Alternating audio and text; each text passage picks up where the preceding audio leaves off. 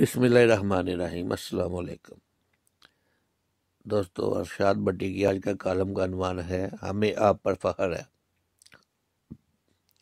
ارشاد بٹی لکھتا ہے، لکھنا تو وزیر اعظم کے اسکول زریم پر کے اپنی کارکردگی پر فخر ہے، مگر اس سے پہلے چند موضوعات پہ چکتے جائیں۔ جسٹس فائز عیسیٰ نظر ثانی اپیل کا فیصلہ آ گیا۔ جج صاحب کی اہلیہ کے خلاف کیس ختم۔ 19 جون اور 23 اکتوبر 2020 کے فیصلوں پر ایف آئی آر کی تحقیقات رپورٹ اقدامات غیر قانونی قرار۔ جج صاحب کی اہلیہ سرینا عیسیٰ کی درخواست 6/4 سے منظور۔ جسٹس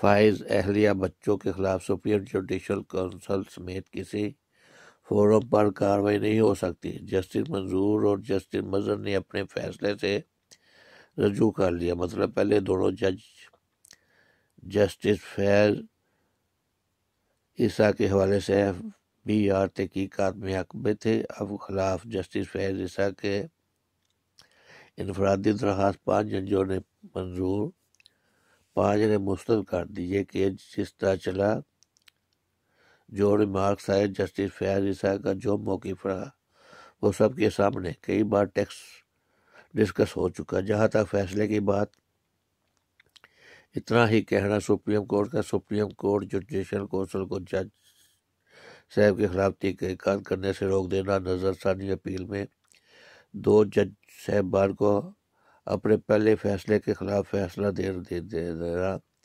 اور یہ کیا آئندہ کسی جج صاحب سے ایف بی آر یا کوئی ادارہ پوچھ گچھ کر سکے گا؟ دوسرا موضوع، سابق ڈی جی ایف آئی اے بشیر محمد نیا پنڈورا باکس کھول چکے۔ ان کا کہنا ہے، وزیر اعظم نے مجھے شہباز شریف کو گرفتار کرنے کا کہا۔ جب میں نے انکار کر دیا تو کچھ عرصہ بعد نیب نے شہباز شریف کو گرفتار کر لیا۔ اس گرفتاری کے بعد ایک دن وزیر اعظم نے مجھے کہا، آپ نے تو کچھ نہیں کیا۔ میں نے ایک کال کی نیب کو اور شہباز شریف کو گرفتار ہو گئے۔ اسے کہتے ہیں وفاداری۔ بشیر محمد جسٹس فیض عیسیٰ کے خلاف انکوائری کیس کی کہانی بھی سنا چکے ہیں کہ کیسے وزیر اعظم نے انہیں بلا کر یہ حکم دیا، کس طرح وزیر اعظم دفتر سے نکل کر وہ شہزاد اکبر کے دفتر میں گئے، کیسے شہزاد اکبر اعظم خان کے ساتھ فروغ نصیب کے دفتر گئے، کیسے سب نے انہیں کہا کہ ایف آئی اے جسٹس فیض عیسیٰ کے خلاف انکوائری کرے، کیسے انہوں نے انکار کر دیا، اور اس انکار کے بعد کیا ہوا۔ اب شہباز شریف کی گرفتاری جسٹس فیض عیسیٰ انکوائری کہانی، یہ سچ یا جھوٹ؟ بشیر محمد کتنا سچ بول رہے ہیں؟ اس کی انکوائری ہونی چاہیے، منصفانہ شفاف انکوائری، تاکہ سچ جھوٹ سامنے آ سکے اور دودھ کا دودھ پانی کا پانی ہو سکے۔ تیسرا موضوع، جگیر ترین کے حامی وزیر اعظم سے مل کر فتح کی شادیانے بجا رہے ہیں۔ کیا جگیر ترین کو این آر او مل چکا ہے؟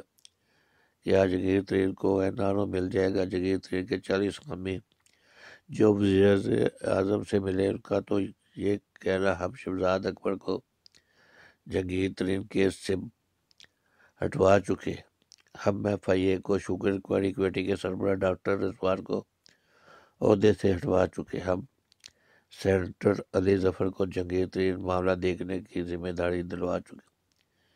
شہزاد اکبر کا تو پتہ نہیں کہ انہوں نے جگیر ترین کیس چھوڑا یا نہیں، انہیں وزیر اعظم نے جگیر ترین کیس سے علیحدہ کیا یا نہیں۔ ہاں، البتہ ایف آئی اے شوگر انکوائری کمیٹی کے سربراہ ڈاکٹر رضوان کو انکوائری کمیٹی کی سربراہی سے ہٹا دیا گیا۔ ابھی تک انہیں ہٹانے کی وجہ جو سامنے آئی، اس میں پہلی وہ 4 حکومتی ارکان کی شوگر ملوں کے خلاف ایف آئی آر دینا چاہتے تھے، اور دوسری وجہ ان پر بودھا کے جگیر ترین کے خلاف ایف آئی آر پر نظر ثانی کری۔ انہوں نے جب دونوں باتیں ماننے سے انکار کر دیا تو انہوں نے ہٹا دیا گیا۔ یہاں یہ کہنا، کاش جگیر ترین کے حامی جگیر ترین سپریم کورٹ نے حالی فیصلہ پڑھ لیتے، اس سی پی کی انسائڈر پر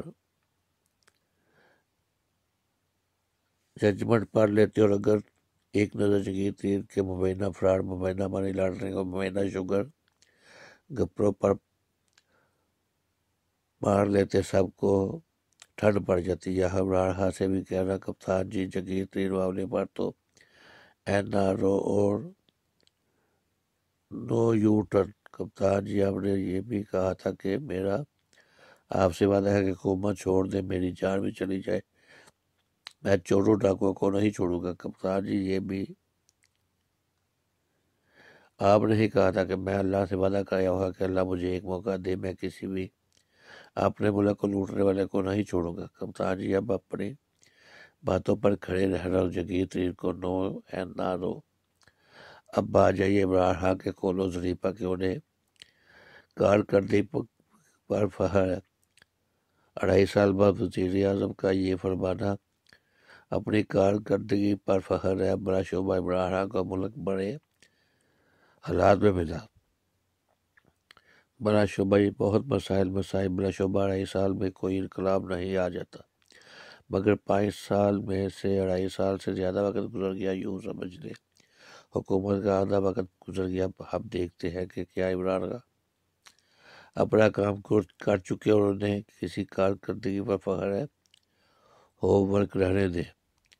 22 سالہ پوزیشن کے بعد عمران خان اقتدار میں آئے تو ہوم ورک 0 تھا، اسے رہنے دیں۔ Right people for right job بھی رہنے دیں۔ عمران خان یہ بھی نہ کر سکے۔ عمران خان کو اپنی کارکردگی پر فخر ہے، کیا انہیں اپنی یو ٹرنوں پر فخر ہے، کیا بیڈ گورننس بیڈ پرفارمنس پر فخر ہے، کیا مسلسل بڑھتی مہنگائی پر فخر ہے، کیا زیادہ ہوتی ہوئی بے روزگاری پر فخر ہے، کیا مسلسل ترقی کرتی غربت پر فخر ہے، کیا ملک کی منفی گروتھ ریٹ پر فخر ہے، کیا زراعت انڈسٹریز میں 16 میں سے 12 شعبوں کی بدحالی پر فخر ہے،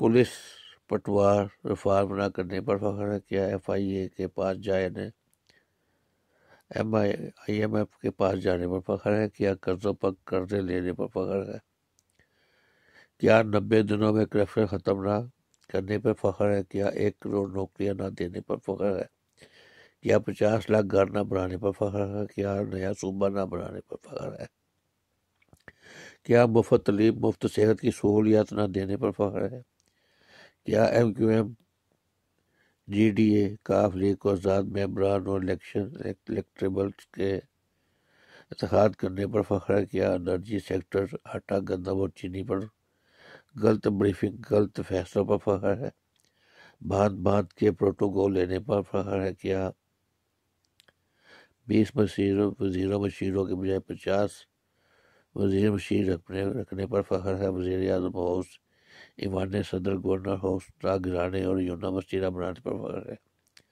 کیا 200 ارب ڈالر باہر سے نہ لانے پر فخر ہے، کیا 8,000 ارب ٹیکس اکٹھا نہ کرنے پر فخر ہے، کیا آئے روز وزیروں مشیروں بیوروکریٹس کو تبدیل کرنے پر فخر ہے، کیا 2.5 کروڑ بچوں کو اسکول نہ بھجوا سکنے پر فخر ہے، کیا کراچی پیکج ٹھوس ہو جانے پر فخر ہے۔